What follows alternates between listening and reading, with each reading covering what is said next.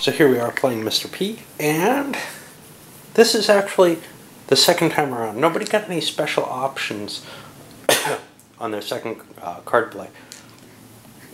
We're seeing a lot of contention for the votes in the Midwest. The Midwest is the richest section in votes, although it doesn't necessarily have the largest states. It has a lot of rich states. So we're seeing a lot of effort there. We're seeing the Republicans throwing a decent amount of effort in the East, and that's about it. Screw the small states, like I said. Okay, but what do we see? Well, good old Gilbert Q. Stevens has gotten a lot of votes down, and his deck, this is what he can replenish from, is almost gone. Then he's going to start tapping into his vice presidential candidate's deck. It's just a matter of luck, really, because when you look at the campaign ability for the two Democrats, they're actually high, at least as high as the Republican ones. Stevens just got lucky in getting some votes out there early, but once this goes away, we're kind of seeing the campaign shifting a little bit. You start to worry, well, when the president starts pulling out a vice president deck or whatever, aren't you at a point where things are starting to hurry up? And it kind of seems that way. But then when we look at the Democratic decks, they're actually both kind of slender, which I think means that we're probably about balanced. The Republicans just got lucky with Stevens, but Fisher is so bad at campaigning that he's not going to pull a lot. And I've got to keep that in mind and hope to roll good rolls with him. Special roles and stuff, so that I can take advantage of some of his other abilities, the press support, the advertising. All right, let's move on into another turn. Well, Donald Patrick Henry, the vice presidential candidate for the Democrats, has rolled a doubles, and he has a number of choices. Doubles gives you anything you want to do. One thing he could do is advertise. He's in the Midwest. Advertising costs aren't low there, and I kind of don't favor doing advertising in the Midwest that much. They don't have a lot of money. I'm holding off on that, although it's definitely probably my second option. He could go to home state. He doesn't have cards for it particularly. Doesn't have a lot of terribly great press support. That's usually a catch-up goal when advertising funds run out. But what he can do is he can debate. And here is the point. He would be debating the other vice presidential candidate. And he has a few that he's good at that this guy's not. Foreign policy, space program, and balanced budget. Now here's the interesting thing. Foreign policy, space program, and balanced budget. He wants to compare the president. Foreign policy and balanced budget are over here. So he is going to debate the vice president on foreign policy, which he's got an advantage for. The vice president doesn't. And if he wins that debate, it ends the issue, and Gilbert Q. Stevens can't use that issue against Jack Allenby in a presidential debate. Okay, so what happens with the debate? Well, first of all, the person who's challenging has to fill every slot with one card at risk. Now, we're not late in the game, so there aren't a lot of hard-to-reach places that are clear here. Let's look at Brown. I've got this Nevada card. I kind of like that because I've already gone to Alaska. Nevada is a Republican-edged state, so I'm going to commit that. I go to the Midwest, and I say, the Dakotas are particularly good. Did I pick one of them here? No. Let's go for a Dakota here.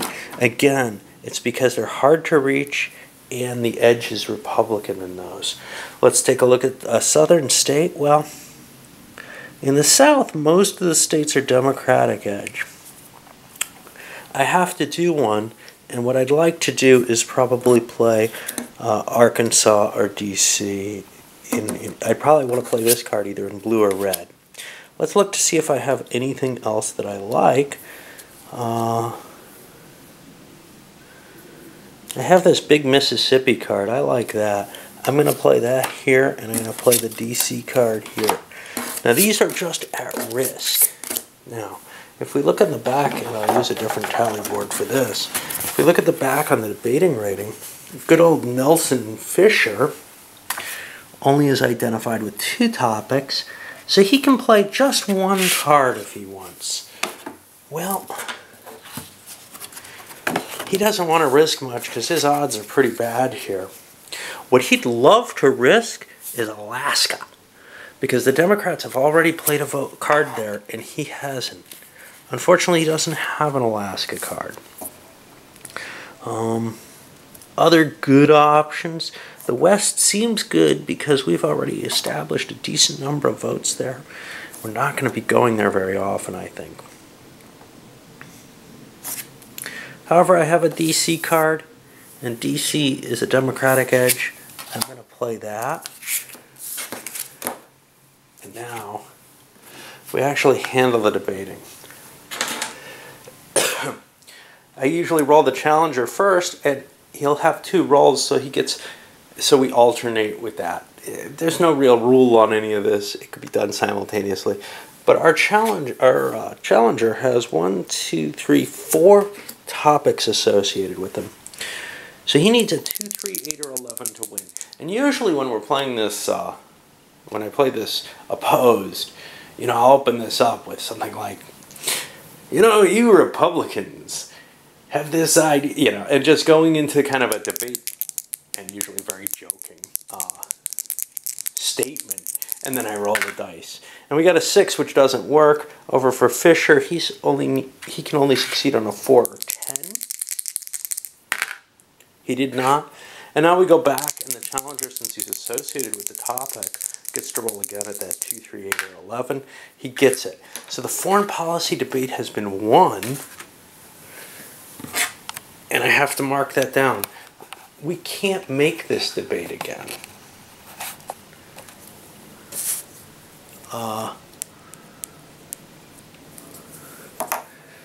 And I also have to keep track of how many debates were won by each side, because whoever wins the most gets a bonus out of the undecided voters. Well, what happens? This card comes over here to the Democratic side, and I can replenish Fisher's hand at this point. I can't replenish Patrick Henry's. Let's take a look at this.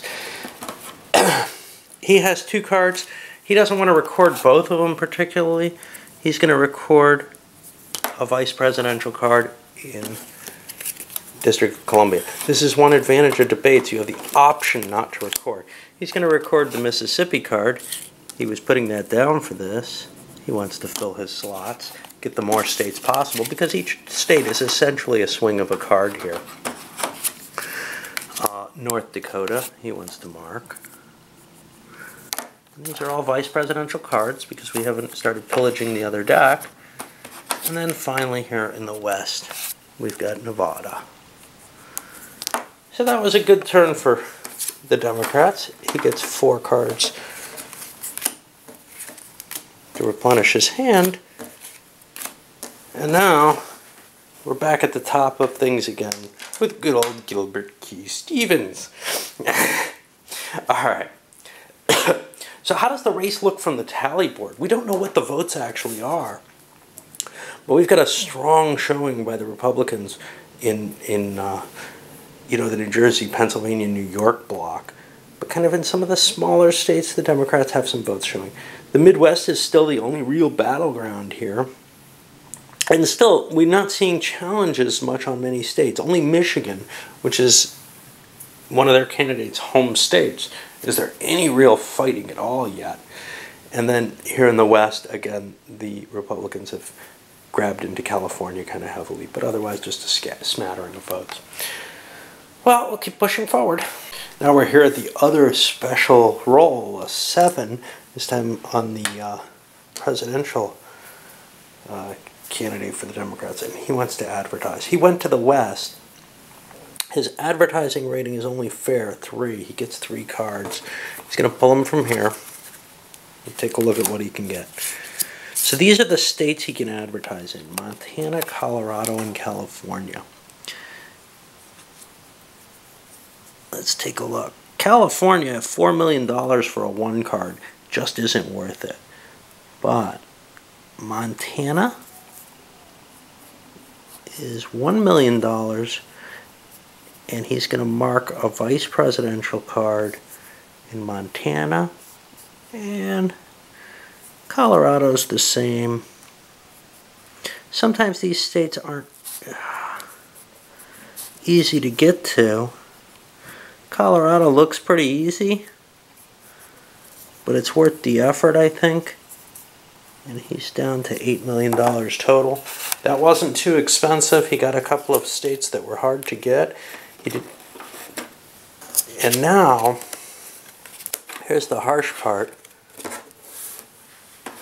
His opponent has to replenish. Well, his opponent doesn't have a deck anymore, so it comes from here. There's some iffy stuff that could happen where it's not clearly explained in the rules. For example, what happens if someone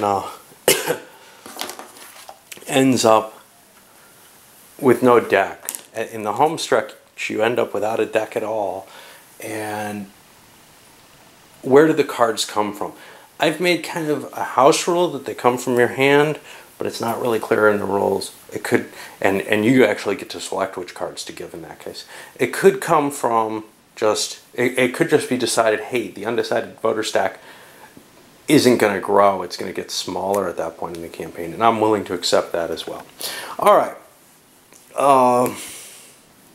Now we'll move on with the vice presidential candidates. Okay, and something special just happened.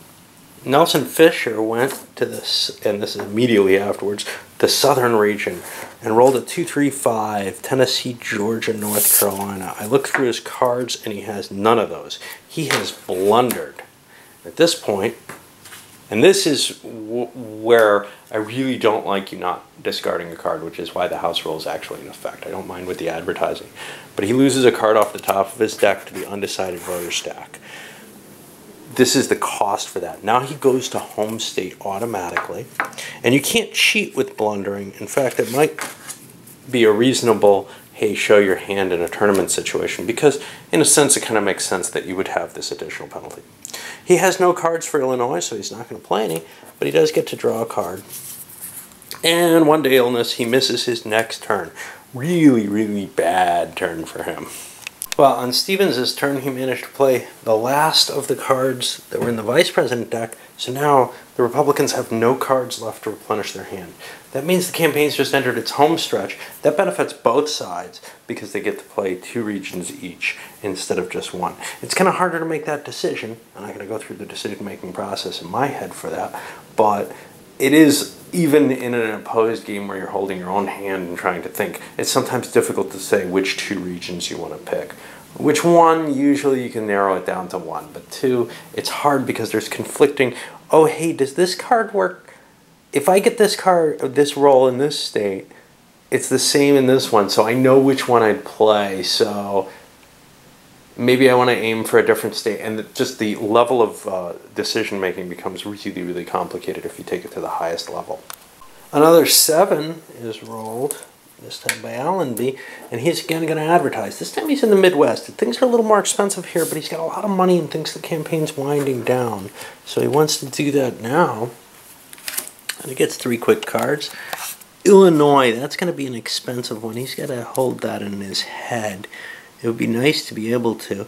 Kansas, oh, he definitely wants to do that. That's $1 million for a presidential market in Kansas. Okay, so that's 1. Actually, he gets to put 2 cards in Kansas. He's only going to mark 1. You're allowed to hide your marks here. So that's just $1. I think the Illinois card is worth it. The game's not going to be lasting much longer. And he won't mark that either. So he's going to pay $4 million. And he might do one last one in some low-valued area. But how many cards did he just throw in? That's what I got to remember. He put 2 in Kansas and 1 in Illinois. He used all 3 cards. They got to come from his opponent. His opponent is Gil Stevens. Now the way I play it, Stevens has to pick cards and throw them in here. And I'll, well, I can go over some of the thinking there. Let's move this over to to him. He's going to miss his turn, and then we'll be over to the last guy. All right, let's look at Stevens and think about what he'd want to get rid of.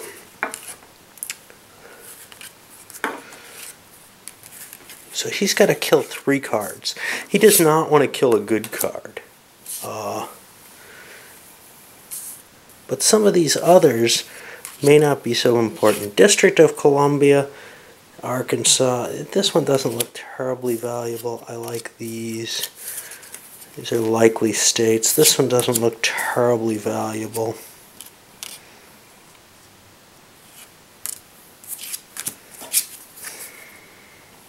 See, the question here is Vermont and Rhode Island are both such tiny states that this this presidential candidate's home state card is almost a waste. It's hard to get to, hard to play. I'm not counting on being able to get to and win Vermont necessarily. So